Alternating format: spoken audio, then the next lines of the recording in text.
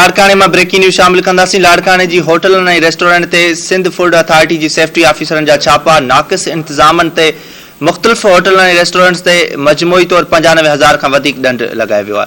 लाड़काने में breaking news share कयूं पिया। लाड़काने जी होटल ऐं रेस्टोरेंट ते सिंध फूड अथॉरिटी जी सेफ्टी ऑफिसरनि जा छापा। नाक़िस इंतज़ामनि ते मुख़्तलिफ़ होटल ऐं रेस्टोरेंट्स ते मजमूई तौर 95,000 खां वधीक ॾंढ मढ़ियो वियो।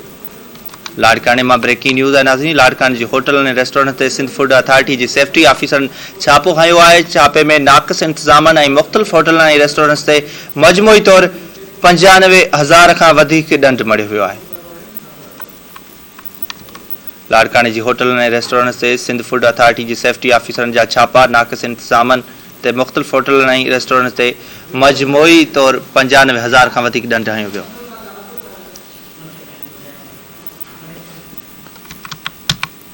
लाड़काने जी होटल ऐं रेस्टोरेंट्स ते सिंध फूड अथॉरिटी जी सेफ्टी ऑफिसरनि जा छापा। नाक़िस इंतज़ामनि ते मुख़्तलिफ़ होटल ऐं रेस्टोरेंट्स ते मजमूई तौर 95,000 खां वधीक ॾंढ मढ़ियो वियो। या ब्रेकिंग न्यूज़ लाड़काने मां असां शेयर कयूं पिया। लाड़काने जी होटल ऐं रेस्टोरेंट ते सिंध फूड अथॉरिटी जे सेफ्टी ऑफिसरनि जा छापा।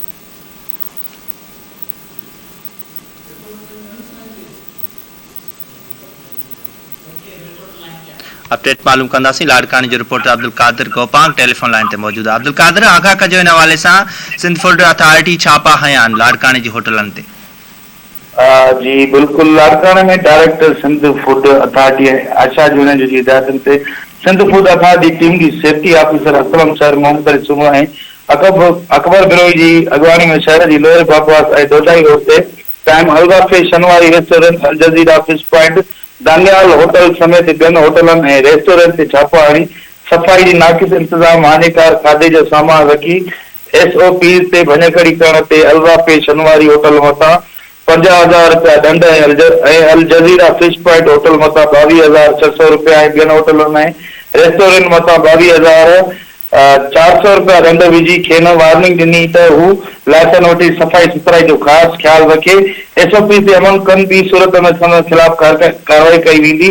उन हवाले सां सिंध फूड अथॉरिटी जे सेफ्टी ऑफिसर ॿुधायो त डायरेक्टर सिंध फूड अथॉरिटी जी हिदायतनि ते अॼु शहर जे लोअर बागवास ऐं दोदाई रोड ते क़ाइम रेस्टोरेंट ऐं होटलनि ते छापो हणी मजमूई तौर ते 95,600 रुपया ॾंढ लॻाए खेनि सख़्ती सां हिदायतूं जारी कयूं वियूं आहिनि त हू लाइसन वठी सफ़ाई सुथराई जो ख़्यालु रखनि ऐं SOP ते अमल कराइनि। जी ठीक है, बड़ी मेहरबानी अब्दुल कादिर गोपांग तफ़सील ॾिना।